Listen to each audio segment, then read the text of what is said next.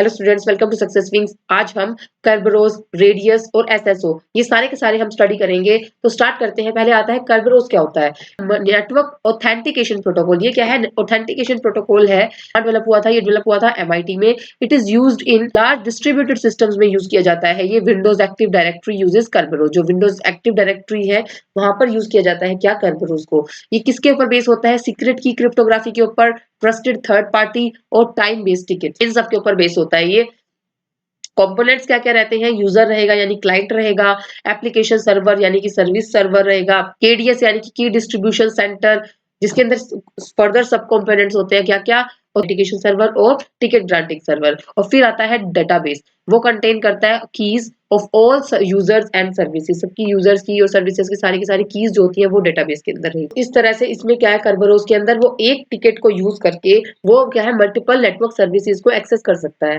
Right.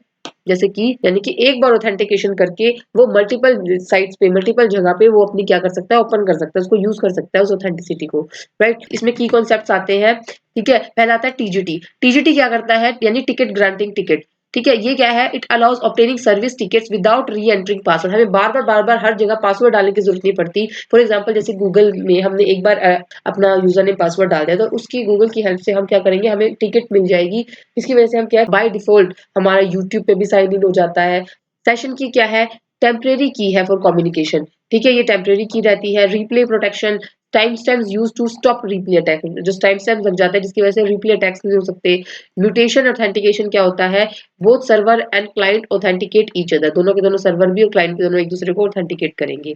अब strength क्या रहती है? स्ट्रॉन्ग सिक्योरिटी रहती है। No password send over the network. कोई पासवर्ड सेंड नहीं करना पड़ता नेटवर्क पे, क्योंकि एक बार किया बाकी जगह पे हमें नहीं सेंड करना पड़ता, ठीक है। क्योंकि हमने एक बार लॉगिन कर लिया, एक बार हमने ऑथेंटिकेशन कर लिया, ठीक है। उसके बाद हमें हर जगह पे यही काम, ऑथेंटिकेशन प्रूव करने की जरूरत नहीं, बार बार पासवर्ड डालने की जरूरत नहीं है हर जगह।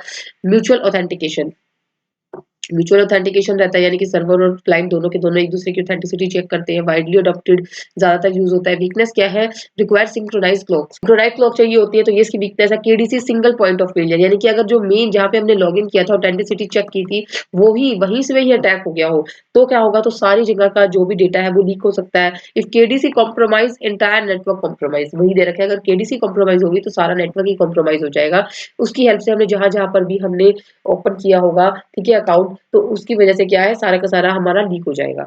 नेक्स्ट आता है रेडियस, यानी remote authentication dial in user service. ये क्या होता है? ये ट्रिपल ए प्रोटोकॉल को यूज करता है, यानी कि ऑथेंटिकेशन भी, ऑथराइजेशन भी और अकाउंटिंग, ठीक है। ये कहाँ का यूज होता है? आईएसपीज में, वाईफाई ऑथेंटिकेशन में, वीपीएन के अंदर, नेटवर्क सर्विस डिवाइसेस में, यहाँ पे यूज होता है। ये कैसे काम करता है?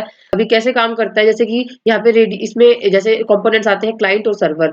रेडियस क्लाइंट में कौन कौन आता है? नेटवर्क एक्सेस सर्वर आता है क्लाइंट के अंदर, ठीक है। वाईफाई ऐप, वाईफाई आ सकता है, या फिर वीपीएन सर्वर आ सकता है। ये सारे के सारे क्या है? क्लाइंट है। रेडियस क्लाइंट है।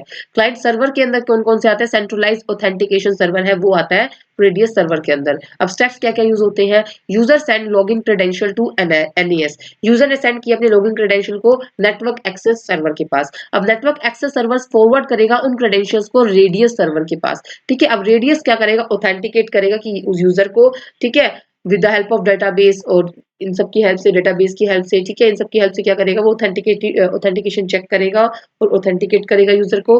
फिर सर्वर क्या करेगा? सर्वर सेंड करेगा कि एक्सेप्ट हो चुका है, एक्सेस इज एक्सेप्टेड, या एक्सेस इज रिजेक्टेड, या एक्सेस को चैलेंज करेगा, यानी कि ओटीपी रिक्वेस्ट सेंड करेगा कि ओटीपी सेंड करो पहले तुम मुझे, फिर तो उसके बाद जो है ऑथेंटिसिटी प्रोवाइड की जाएगी, राइट। तो ये सारे के सारे इसके अंदर स्टेप्स होते हैं। नेक्स्ट आता है रेडियस पोर्ट्स। रेडियस के पोर्ट्स क्या क्या रहेंगे? यूडीपी 1812 पोर्ट रहेगा ऑथेंटिकेशन और ऑथराइजेशन के लिए। अकाउंटिंग के लिए यूडीपी 1813 प्रोटोकॉल यूज होता है। फीचर्स क्या क्या आते हैं? ये यूज करता है यूडीपी को, राइट। पासवर्ड इंक्रिप्ट किया जाएगा, but rest of the packet is not, इसमें से rest of the packet is not encrypted. इसमें से पासवर्ड को इंक्रिप्ट किया जाएगा, ठीक है। पासवर्ड की जो प्रोटेक्शन है वो अचीव की जाती है। इसमें बाकी रेस्ट ऑफ द पैकेट जो भी है उसकी इंक्रिप्शन के ऊपर ध्यान नहीं दिया जाता।